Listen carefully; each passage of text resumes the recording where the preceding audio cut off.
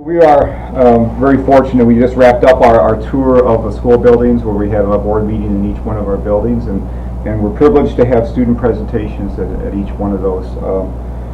Building stops along the way, starting back in, when did we start? So back in February? February, March, April, May, back in February when we started.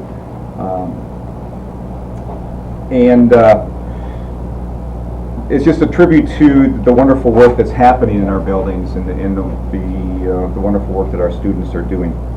One of the projects that take place over at Langston is a STEM project that Mrs. Bayless runs with her students, where they take a look at real-world problems and figure out actual ways to solve them and come up with solutions for them. And I was made aware of a project that one of our students did, who is here with us this evening, Isabel Ollis, and I thought this would be a great presentation for our board. So even though we've already been to Langston, this took place after our meeting there. So I would like to welcome Isabel and her support team here this evening to talk about higher expectations for students with disabilities. So welcome.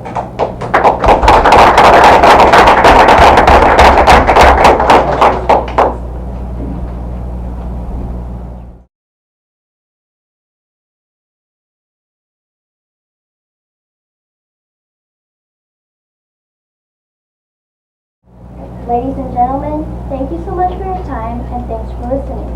Superintendent John Schill, thank you for inviting us to speak tonight. I'm Isabel Elias, and this is my sister Claudia. We are going to present my 7th grade STEM class project. Our class was asked to brainstorm a list of problems that we would like to try to solve in a school community. I chose improve special education. Higher expectations for students with disabilities must be the norm, not the exception, said by Arnie Duncan, Secretary of the U.S. Department of Education. The problem is threefold. The expectations for students with disabilities are low. For example, muffin day, picking up the recycling, and doing the laundry. We have to want to change, but in order for change to happen, you have to be willing to take the time and make the effort. My dad always said that change is a good thing. However, some people may feel threatened to the point of resisting change. We have to change our perceptions on how we see people with disabilities. People with disabilities can do great things with hard work. The solution is threefold. If we have higher expectations for students with disabilities, we can increase his or her chances of being productive and independent lives to the maximum extent possible, writes Law Special Education Law. All children should leave school ready for college and or career, said by Arnie Duncan, U.S. Department of Education Secretary. Special educators should take responsibility for the success of their students. Again, words from Arnie Duncan, U.S. Department of Education Secretary. In other words, take accountability. Look at yourself in the mirror. How do we do this? Students with disabilities must be challenged. His or her day in school must be meaningful and purposeful.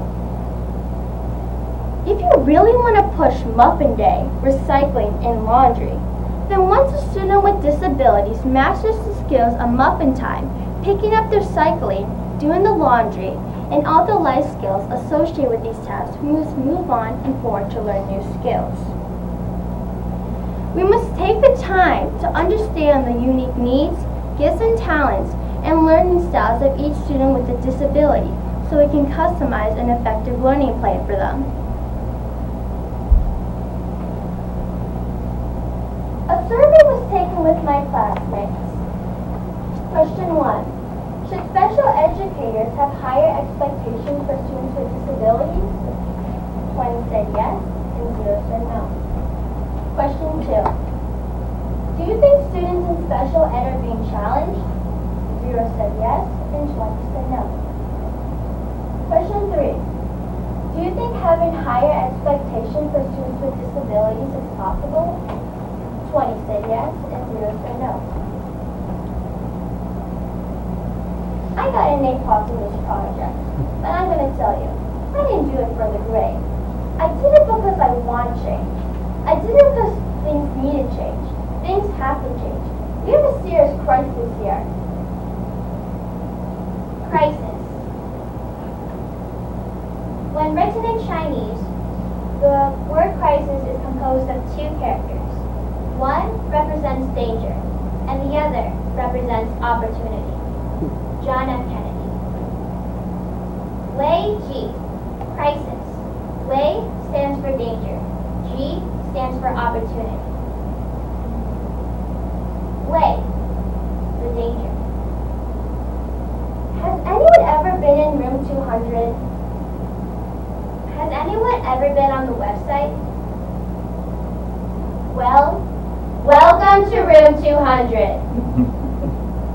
If we click on the class information tab, we get the students in room 200 at Langston Middle School follow a functional curriculum in which they learn everyday tasks and life skills to develop their reading, math, spelling, communication, and social skills to the maximum of their diverse abilities. A critical part of their curriculum is learning to follow both written and verbal directions and, by doing so, complete tasks correctly, accurately, and in sequence. Sounds good? Okay. Well, let's see what happens when we click on the class activities tab.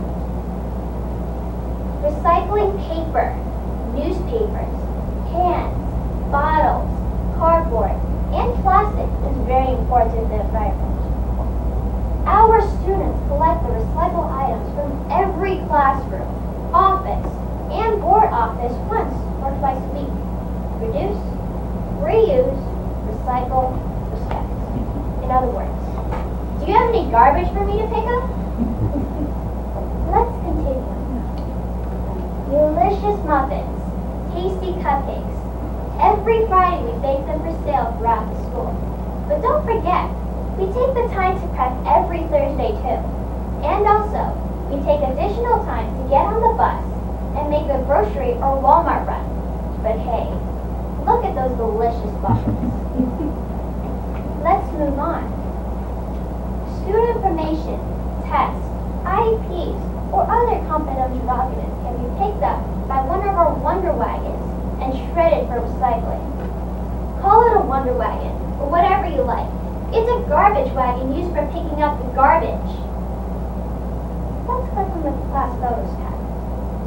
Here is a Langston Middle School student from room 200 picking up a laundry basket full of paper and throwing it away outside in the recycling container or garbage dumpster. Here is a Langston Middle School student in room 200 doing the laundry. Usually in school districts in America in the 21st century, laundry and garbage and recycling are handled by custodians who are paid employees.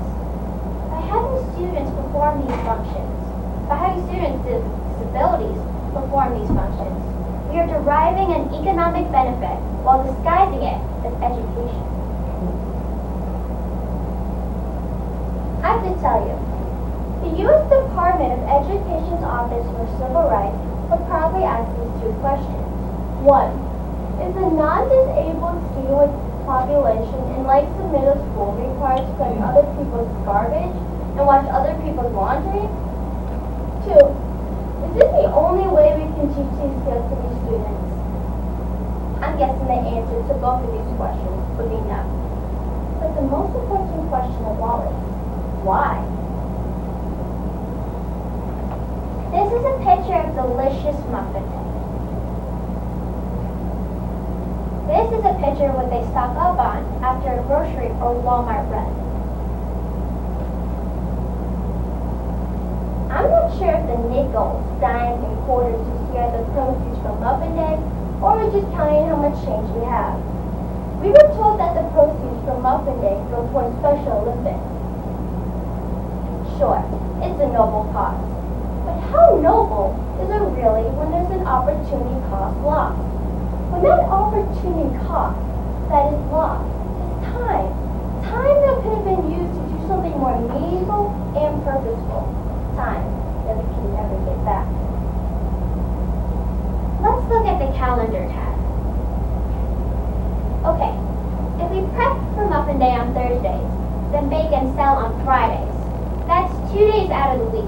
That's 8 days out of the month. That is 72 days out of 9 months, give or take holidays. And I'm not including the grocery or Walmart runs, or the time lost picking up and throwing away recycling or garbage, or the time lost doing laundry. 72 days. 72 days equals 1,728 hours, equals 103,680 minutes, equals 6,220,800 seconds. My point here is, make every day count. Make every hour count. Make every minute count.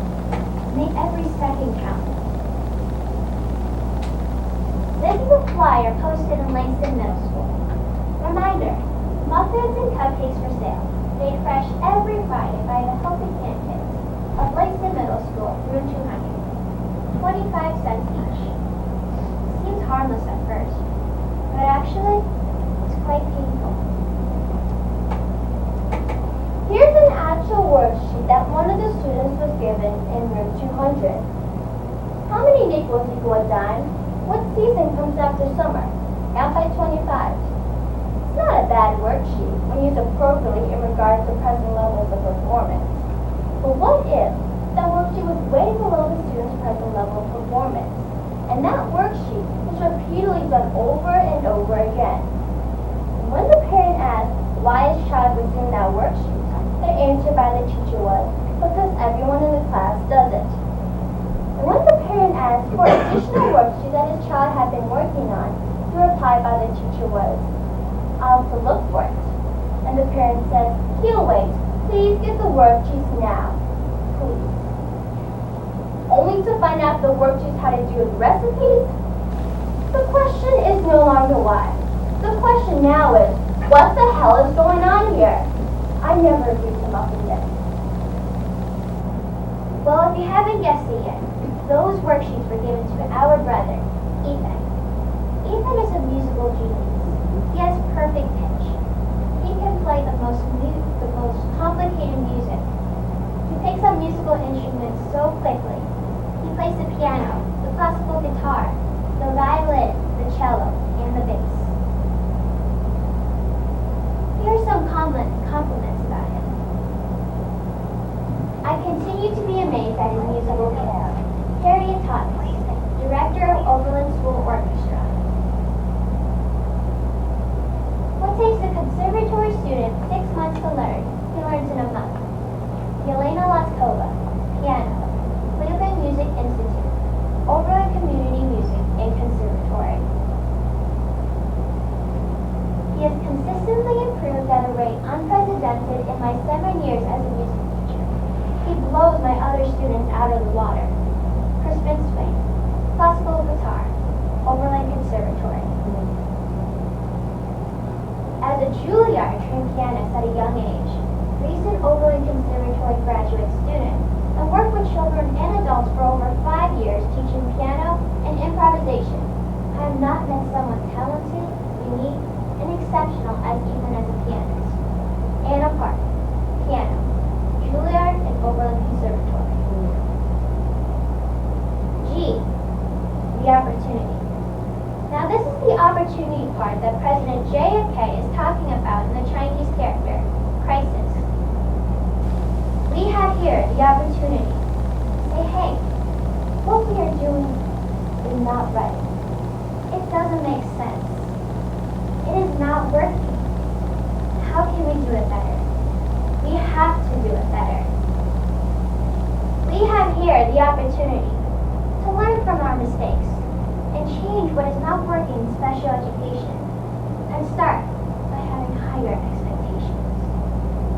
We have here the opportunity to collaborate and work together to create a state-of-the-art model that can not only help our brother Ethan, but other students as well.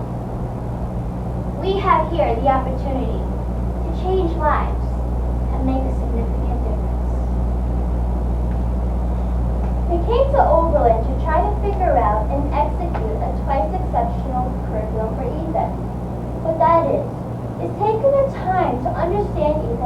autism and taking his musical talent and building a curriculum around it.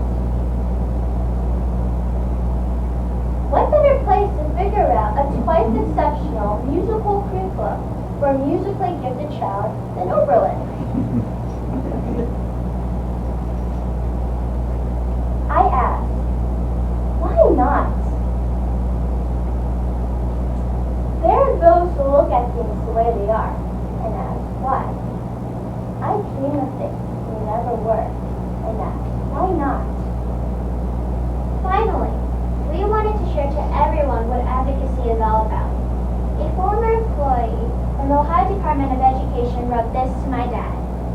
Dear Carp, the righteous man moves forward to protect his family and save his children from a world that does not always demonstrate an appreciation of their needs. If the world burns, the righteous man and his family toast marshmallows in the bonfire, knowing that their actions work powers positive change for all. Thank you so much.